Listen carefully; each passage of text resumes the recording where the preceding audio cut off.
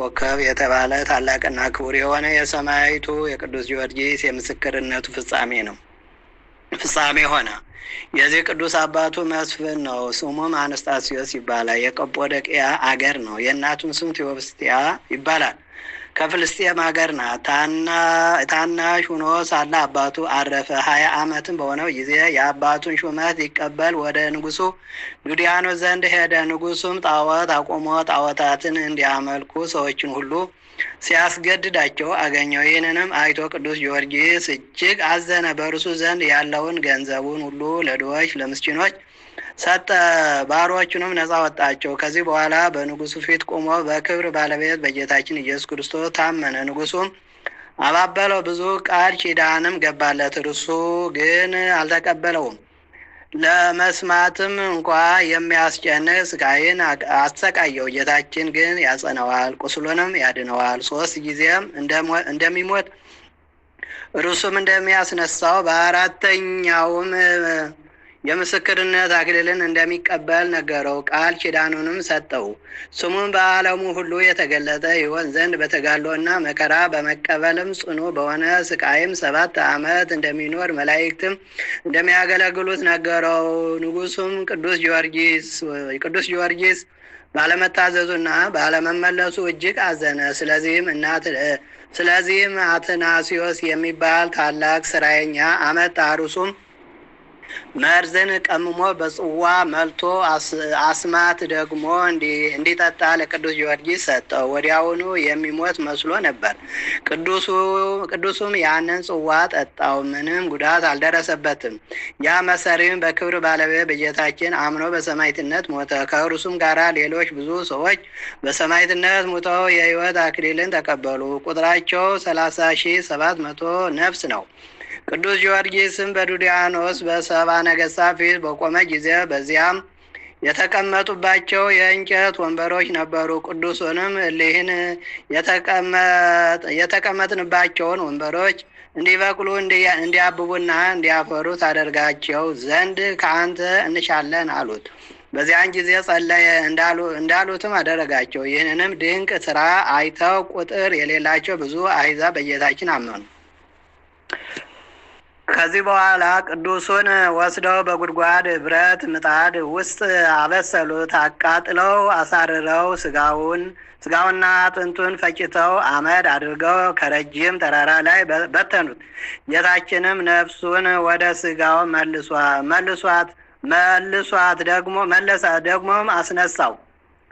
ወደ ነገሥታቱም ተመልሶ በክብር ባለቤት በጌታችን ኢየሱስ ስም ሰበከ። ቁጥር የሌላቸው አሕዛብ አይተው አደነቁ። በጌታችንም አመኑ፣ በሰማዕትነትም ሞቱ። ነገሥታቱም ደግሞ ሙታኖችን ብታስነሳ አምላክ እውነተኛ አምላክ እንደሆነ እናውቃለን፣ በርሱ እናምናለን አሉት። ቅዱስም ጸለየ። ከጉድጓድም ውስጥ ወንዶችና ሴቶች ጎልማሶችም አስነሳላቸው። እነዚያም በክብር ባለቤት በጌታችን ስም አስተማሩ፣ የገሃነምን ወሬ ተናገሩ። ጥምቀትንም ተቀብለው ተመልሰው አረፉ። ከሃዲያን ነገሥታት ግን ሙታንን ያስነሳ አይደለም የረቀቁ ሰይጣናትን አሳየህ እንጂ ብለው ተከራከሩ። ከዚያም ከጭንቃቸው ብዛት የተነሳ ከአንዲት ድሃ ሴት ዘንድ አስጠበቁት። እርሷም እንጀራ ልትለምንለት ወጣች። የእግዚአብሔር መልአክ በላዩ ከበጎ ነገር ሁሉ የተመላ ማዕድን አቀረበለት። የዚያች መበለት የቤቷ ምሰሶ ቅርንጫፍም አበቀለ፣ ታላቅ ዛፍም ሆነ። ያቺ መበለት በተመለሰ ጊዜ የቤቷ ምሰሶ ቅርንጫፍ አብቅሎ ታላቅ ዛፍ እንደሆነ ስለ ማዕዱም ይህን ታላቅ ምልክት አይታ የክርስቲያኖች አምላክ ሰው ተመስሎ ወደ እኔ መጣ አለች። ቅዱስም እኔ አምላክ አይደለሁም የአምላክ ባሪያ ነኝ እንጂ አላት። እርሷም እንዲህ ብላ ለመነችው፣ የአምላክ አገልጋይ ከሆንክ ቸርነት እንድትደርሰኝ እለምንሃለሁ። እውር፣ ደንቆሮ፣ ዲዳ፣ ጎባጣ የሆነ ልጅ አለኝና ታድንልኝ ዘንድ እለምንሃለሁ። ስለ ጌታችን እምነትም አስተማራትና በመስቀል ምልክት አማተበው። ያን ጊዜም አየ። ቅዱሱም በሌላ ጊዜ እንዲሰማ እንዲናገር እና እንዲሄድ እንዲያገለግለኝም እኔ እሻለሁ አላት። በዚያን ጊዜ ንጉሡ በአገሩ ሜዳ ውስጥ ሲዘዋወር ያቺን ዛፍ አይቶ አደነቀ። ስለ እርሷም ጠየቀ።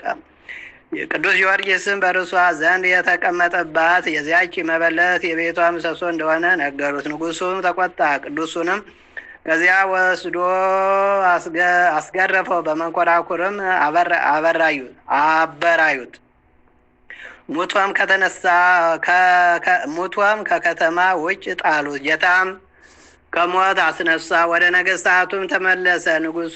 ንጉሡም አይቶ ደነገጠ፣ ስለ ሕይወቱም አደነቀ። ከዚህ በኋላ ይሸነግለው ዘንድ ጀመረ። በመንግስቱ ላይም ሁለተኛ ያደርገው ዘንድ ቃል ገባለት። ቅዱስ ጊዮርጊስም እየዘበተበት ነገ በጠዋት ለአማልክቶች መስዋዕትን አቀርባለሁ፣ አንተም ሕዝቡ እንዲሰበሰቡ እዘዝ፣ እኔ ስሰዋ እንዲያዩ አለው። ንጉሡም እውነት የሚሰዋ መስሎት ደስ አለው። ወደ ቤተ መንግስቱም እልፍኝ አስገብቶ አሳደረው። ለጸሎትም ተነሳ። የዳዊትንም መዝሙር አነበበ። የድውሊያኖስ ሚስት እለእስክንድርያ ንግሥት ሰምታ ቃሉ ደስ አሰኛት። የሚያነበውንም ይተረጉምላት ዘንድ ለመነችው። እርሱም እግዚአብሔር ዓለምን ከፈጠረበት ሰው እስከሆነበት ጊዜ የሆነውን ሁሉ ሊያስረዳትና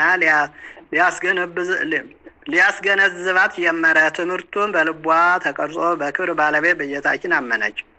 በማግስቱም ቅዱስ ጊዮርጊስ ለአማልክት ሲሰዋ ለማየት ሰው ሁሉ እንዲሰበሰብ አዋይ ነጋሪ ዞረ።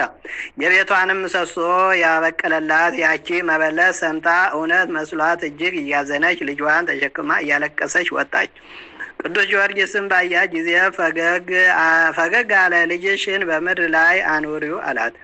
ከዚያም ልጇን ጠርቶ ወደ አጵሎን ሂድ፣ ወደ እኔም ይመጣ ዘንድ በክብር ባለቤት በጌታዬ ኢየሱስ ስም እዘዘው አለው። ያን ጊዜ ያ ልጅ ድኖ ቅዱስ ጊዮርጊስ እንዳዘዘው ወደ ጣዖቱ ቦታ ሂዶ አዘዘው። በጣዖቱም ያደረ ያ እርኩስ መንፈስ ከማደሪያው ወጥቶ ቅዱስ ጊዮርጊስ ወደ አለበት መጥቶ እኔ ሰውን ሁሉ የማስት እንጂ አምላክ አይደለሁም ብሎ በሕዝቡ ሁሉ ፊት አመነ። ቅዱስም ትውጠው ዘንድ ምድርን አዘዛትና ወዲያውኑ ዋጠችው። ጣዖታቱንም ከአገልጋዮቹ ጋር አጠፋቸው። ንጉሡም ከወገኖቹ ጋር አፈረ።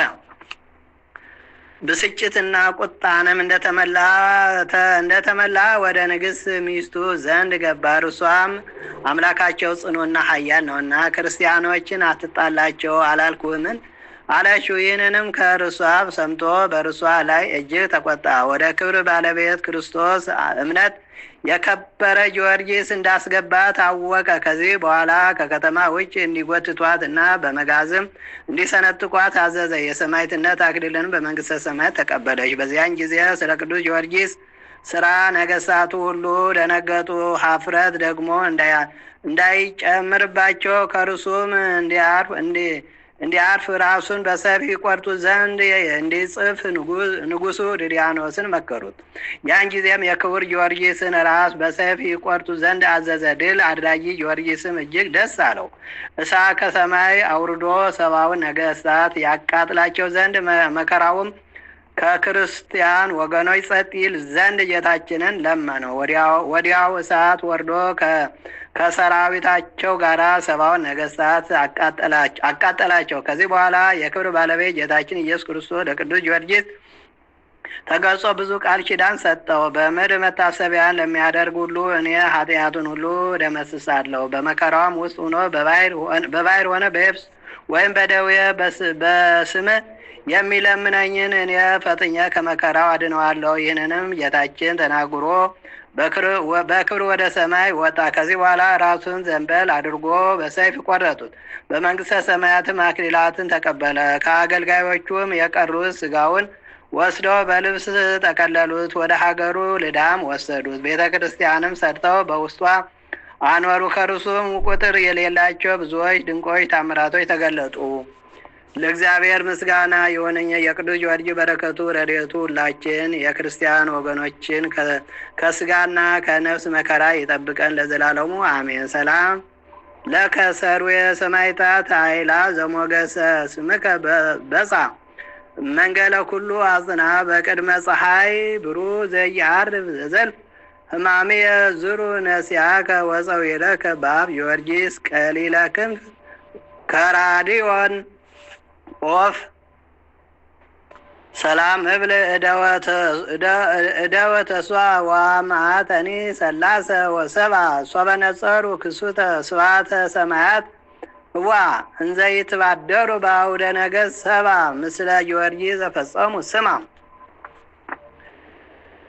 በስመ አብ ወወልድ ወመንፈስ ቅዱስ አሐዱ አምላክ አመ እስራ ወረቡዕ ለሚያዝያ በዛቲ ዕለት ኮነ ሰማዕተ ቅዱስ ጻና ቢጹ ለቅዱስ የስድሮስ እጹፍ ዜናው አመ ዐሥሩ ወሰሙኑ ለመጋቢት ዛገረው ከመይደታ ዘችላ ይላፈ ምለተ ተምዶ ከዘልፈ ለላነብተው ከዘንዴቴ መጽሐፍ እንተረስተ ከዚዮ ጸሪቀ መበለት ወቁፈ ምላቡላን ዘተድበ ነቢያ ቅዱሳን ሐዋርያት ሰባክያን ሰማዕታት ወጻድቃን ደናግል አዲ መነኮሳት ሄራን ባርኩ ባርኩ ዘት መካነ እስከ አደጋይ ሊቆነው ሕፃን ለዛ ጻፈ በክተው ለዛ ጻፎን ለዛም ወለተርኩም በልሳን ወለሰማ ቃሉ በዝና መንፈስ በጸሎተሙ ማረም ራይ ዘቁን ሆረ ይማረን ኢየሱስ ክርስቶስ የሰማነውን በልቡናችን ያሳደረልን ይጻፍልን። ከሰማይቱ ከቅዱስ ጊዮርጊስ ከሌሎችም ቅዱሳን ሰማዕታት ረድኤት በረከት ያድለን። አምላካችን የቸርነት ስራ ይስራልን። በዓሉን የሰላም የበረከት ያርግልን።